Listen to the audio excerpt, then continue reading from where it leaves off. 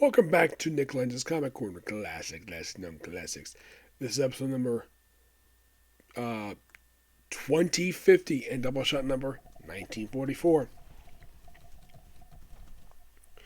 Yep, I got two Wolverine trades for the 2050 episode of the series. Alright, first up we have excuse me, we have Wolverine Patch by Larry Hama.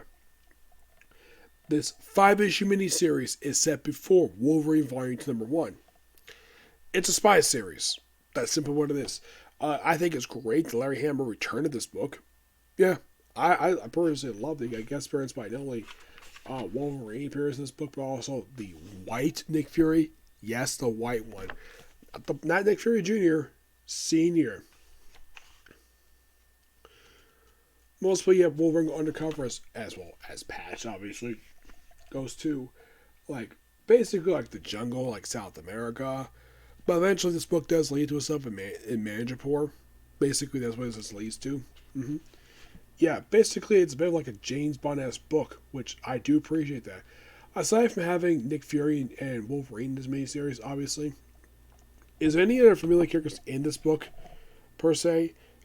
Is there any, major retcons this one? Not necessarily. For one thing, because I said before that second volume for Wolverine, there are no smartphones here, so you can't have those established here because it's set in the 80s, so make it feel like it's in the 80s. Here's a clear nod to the Weapon X story by the writer and artist. I think it's Barry Windsor, I think it was. Again, it's got really good artwork here. But aside from Wolverine Nick Fury, there's no major characters this one. Yeah, none. There's stuff with Mandroids in here.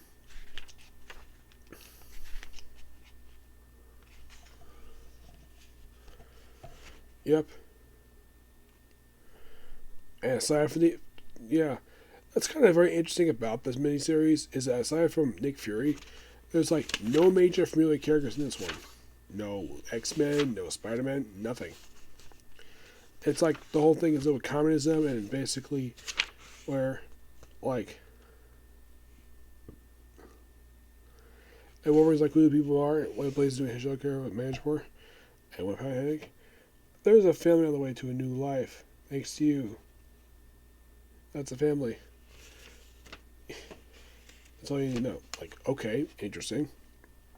So, it is just by sheer coincidence they had the Helicarrier rather than Manchester, and we lead directly into the Wolverine ongoing series by Larry Hama.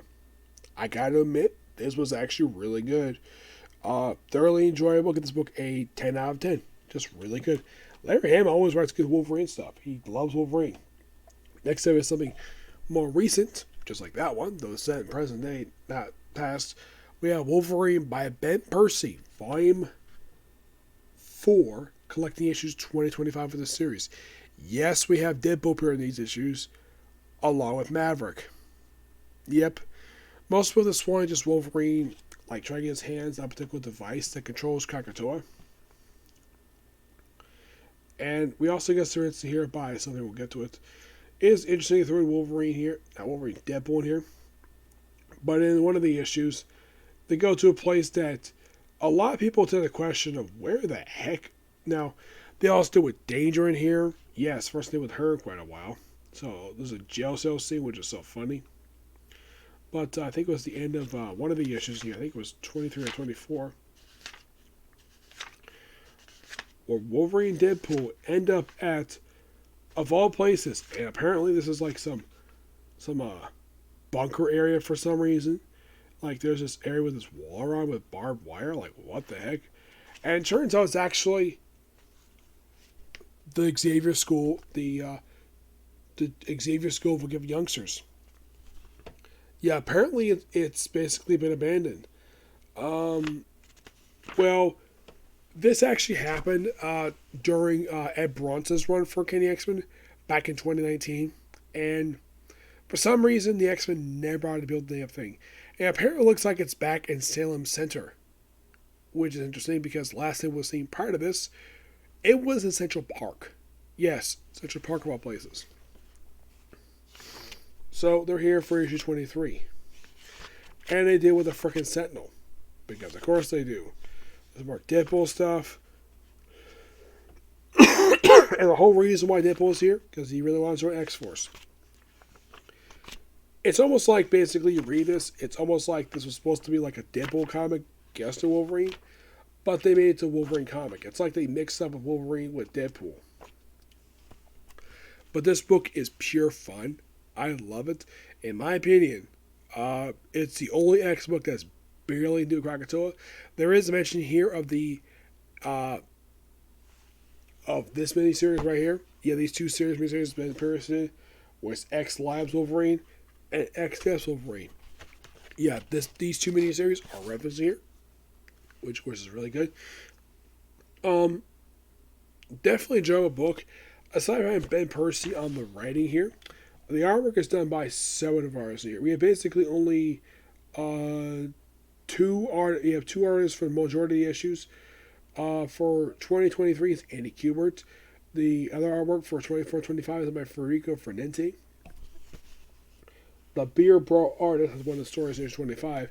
That's done by Greg Land, Jay Lanson, Juan Ferreira, Kyle Charles, Andrea DeViti, Claus Johnson, and Emma Kubert, and Guillermo Ortega. The cover art is done by Andy Kubert and Frank Martin, who was the colorist. But yeah, this is definitely really good. Definitely an X book I always enjoy reading. And if you think about it, it's one of 3 X-Men books right now that's published by Marvel that's not been ended, or it's not been it's the only one that's not been relaunched, because we had X-Men Mirage get relaunched in last year. But yet this book, X-Force and Mutants, are the only 3 X books to not hit the restart button. And fun fact, did you know that I think it was New Mutants? Did you know currently have all the books published by Marvel? That's the 3rd longest running book published by Marvel. Because the longest published by Marvel right now is Avengers. The 2nd longest is Captain Marvel. I'd say 3rd longest New Mutants. I'd say just behind us X-Force. Because everything else from Marvel has mostly hit the restart button the last few years. And like in the case of some books published right now, like they've lasted maybe 2 years before they hit the restart button. But this is actually one of the very few books that not do that right now, which I do appreciate that. Yep. But not much else to say about these 2 books. They're good. And that's pretty much it, particular view. Next episode, I'll do one more comic corner, and then move on to My Hero Academia. Okay, next video. Bye.